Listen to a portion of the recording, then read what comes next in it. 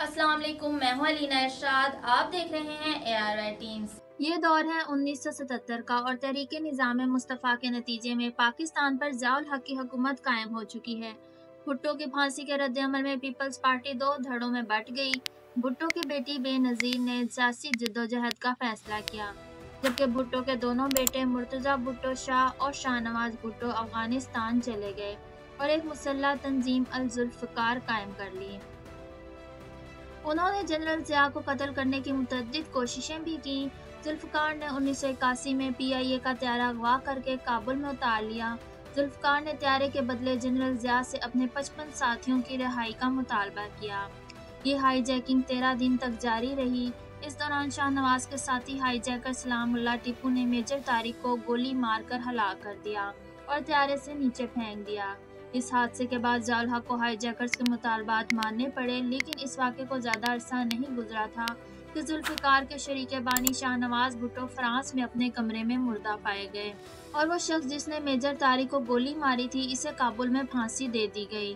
ضیاء الحق نے پہلی تقریر میں 90 دن کے اندر انتخابات کروانے اور اقتدار جمہوری حکومت کو منتقل کرنے کا وعدہ کیا تھا، لیکن پھر تاریخ نے دیکھا کہ ضیاء الحق کے 90 دن میں دراصل 11 سال اور 42 دن چھپے ہوئے تھے۔ ضیاء الحق ایک ذہین اور سخت گیر ڈکٹیٹر تھے۔ ذہین اس طرح کہ انہوں نے جنرل ایوب کے انجام سے سبق سیکھتے ہوئے آرمی چیف کا عہدہ تادم مرگ اپنے پاس رکھا، کیونکہ جنرل ایوب کے عہدہ چھوڑنے پر نئے آرمی چیف جنرل یحییٰ نے ان کی چھٹی کروا دی تھی۔ سخت گیر اس طرح کہ بھٹو کی پھانسی کے بعد بھی ان کی پوری توجہ پیپلز پارٹی کو کچلنے پر لگی رہی۔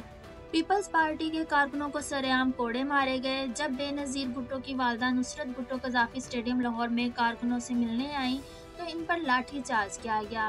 اس لاٹھی چارج سے نصرت بھٹو کو سر پر شدید چوٹیں آئیں، لیکن سر گنگا رام ہسپتال میں ڈاکٹرز کو ان کے فوری علاج سے روک دیا گیا۔ علاج نہ ہونے کی وجہ سے نصرت بھٹو کے دماغ کو شدید نقصان پہنچا اور آخری عمر میں وہ اپنی یادداشت کھو بیٹھیں۔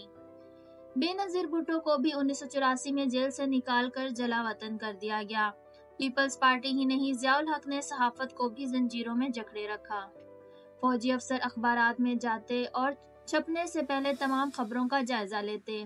اگر کوئی خبر ضیاء حکومت کے خلاف ہوتی تو اسے نکال دیا جاتا، اسی لیے اکثر مساوات خالی شائع ہوتا اور دیکھنے والے سمجھ جاتے کہ خالی جگہ پر ایسی خبریں تھیں جنہیں ضیاء حکومت نے سینسر کر دیا ہے۔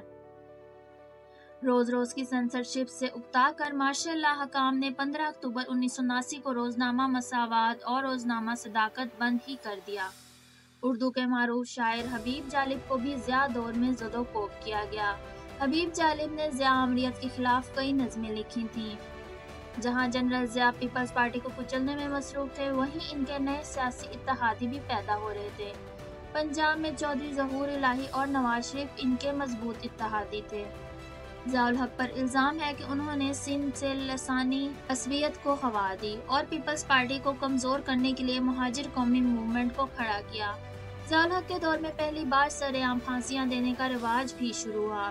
اس حوالے سے ایک اہم واقعہ لاہور میں پیش آیا۔ لاہور کے تاجر احمد داؤد کے اکلوتے بیٹے اعجاز عرف پپو کو زیادتی کے بعد قتل کر دیا گیا۔ جنرل ضیاء کے حکم پر اعجاز کے قاتلوں کو کیمپ جیل لاہور کے باہر پھانسی پر لٹکا دیا گیا۔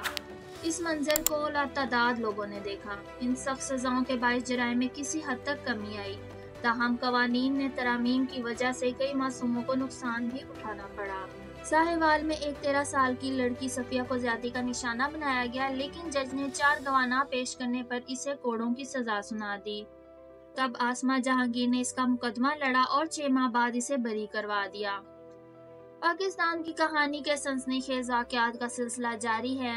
ضیاء الحق کی کہانی بھی ابھی ختم نہیں ہوئی۔ اگلی قسط میں ہم آپ کو بتائیں گے کہ جب خانہ کعبہ پر حملہ ہوا تو پاکستان کے SST کمانڈوز نے کیا کردار ادا کیا، اور یہ بھی بتائیں گے کہ جنرل ضیاء الحق نے بھارت کی سرزمین پر کھڑے ہو کر بھارت کو کیا دھمکی دی اور کیوں دھمکی دی۔ ARI ٹیمز کو ضرور سبسکرائب کریں اور بیل آئیکن پر کلک کریں۔